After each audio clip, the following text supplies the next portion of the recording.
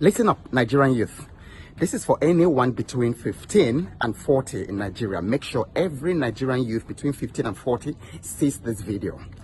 I'm going to tell you two things that if you do them, you will win this battle. If you don't, forget it. Listen very carefully. Now, in 1999, a woman got married and she didn't have a baby for almost 2 decades. Eventually, she took in and something was in her stomach. Now, when she went to the hospital, incidentally, she delivered not a baby, but a fibroid. So you see, a movement without strategy is like a pregnancy without a baby. A movement without strategy is like a pregnancy that produced a fibroid. That's what we witnessed in the past 2-3 weeks. Now, Pharaoh of Egypt, the ancient monarch, had a dream. What does that have to do with the NSAS protests and everything going on in Nigeria? A lot. Because there are 2 types of youth in Nigeria, as the past 2 weeks have demonstrated. So Pharaoh had a dream. He saw 2 types of cows. The first cow was scrawny, looking diseased, and then you could see the skeletons, of the cows. Very, very scrawny, like broomsticks. Then he saw another set of 7 cows, fat, well-fed, plump, horrible cows. But guess what? It was a scrawny cows that swallowed and ate up the fat cows. And after they swallowed and ate up the fat cows, they still remained like that. It's as if they hadn't even eaten anything. What does this mean? There are 2 kinds of Nigerian youth, as we've seen in the past 2 or 3 weeks. The first Nigerian youth, which I will call Youth 1, were the ones who started the NSAS protest. They organized that protest with class, so much so that everybody in the world was saying, I am proud of the Nigerian youth. They didn't destroy any car, they didn't destroy anybody's thing. They raised money for people in need. There was a young woman who had prosthetic legs or whose legs were cut off. They raised millions of naira on the spot for her. There was a woman, by the roadside who sold groundnuts or something like that. They raised more than 2 million naira on the spot by themselves. Somebody's car was broken. They raised money on the spot and did it. They were very peaceful. They were classy. They were, they organized entertainment. They organized food. They organized money. In fact, it baffled and terrified the government. So, that is Youth 1. And I'll call the Youth 1 builders. That's the name for their persona. They are builders. But there's Youth 2 in Nigeria. And these Youth 2 are the ones, who took over after the Lekki toll gate shooting. They're the ones who are going around burning everything on their way, burning malls, destroying businesses that people borrowed money to buy, to build. They're the ones, attacking police stations and then taking guns, taking ammo from the armory. They're the ones, going to Thomas Estate to wage war with ordinary citizens who are also suffering like themselves. They're the ones that were recruited by security agencies, according to many video clips that we saw, to attack Youth 1. So this is where it gets interesting. Just like Pharaoh's cows, the builders, that is Youth 1, came, built such an asset of goodwill, built such an asset of intellectual, prowess.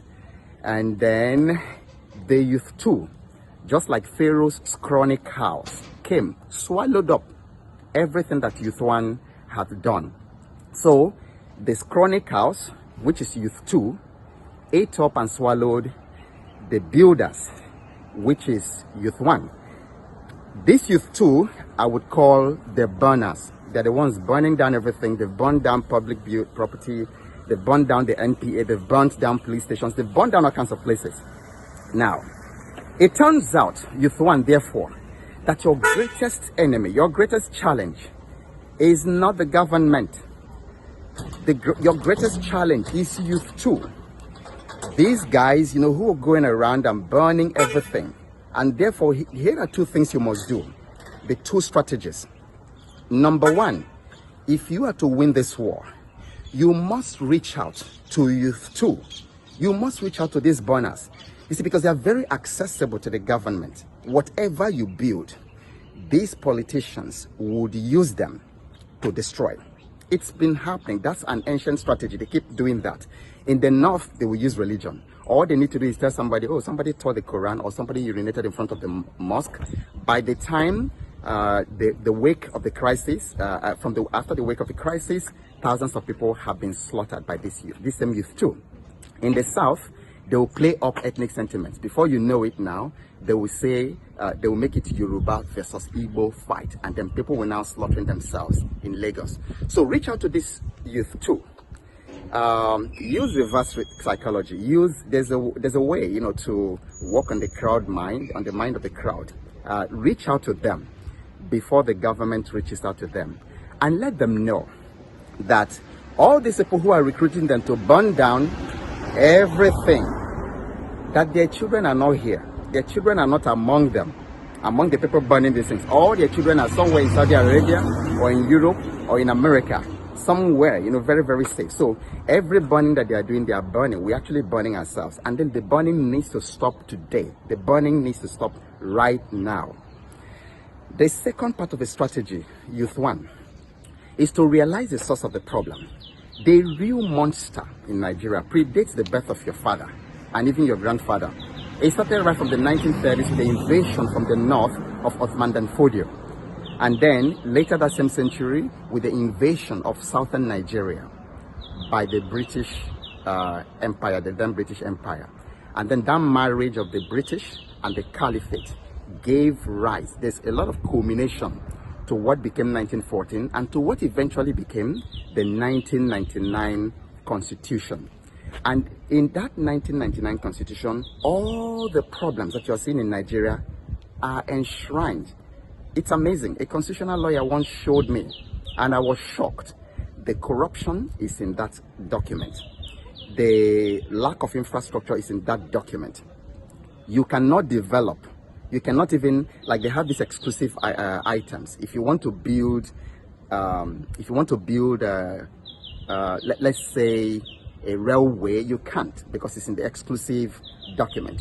It's that same document that sequestered all your property, all the land in the country, and put it in the hands of few people that they call, you know, the government. They are the ones who will give you CFO for your property. They are the ones who own everything under the ground behind your house, like you've seen in the Niger Delta and all that.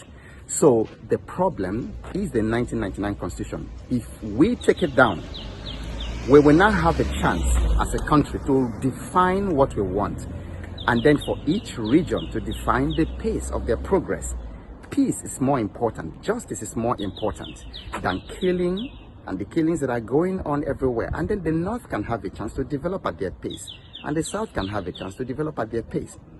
Anything besides these two things I have told you is like that pregnancy that gives birth to fibroid. But I trust that you understand this, and that we are going to work together to bring down the monster that is producing all these problems and then save the future for our children yet unborn. Now, whatever happens, keep showing up, because you have no idea what's coming your way next, and watch this space for more. Bye for now.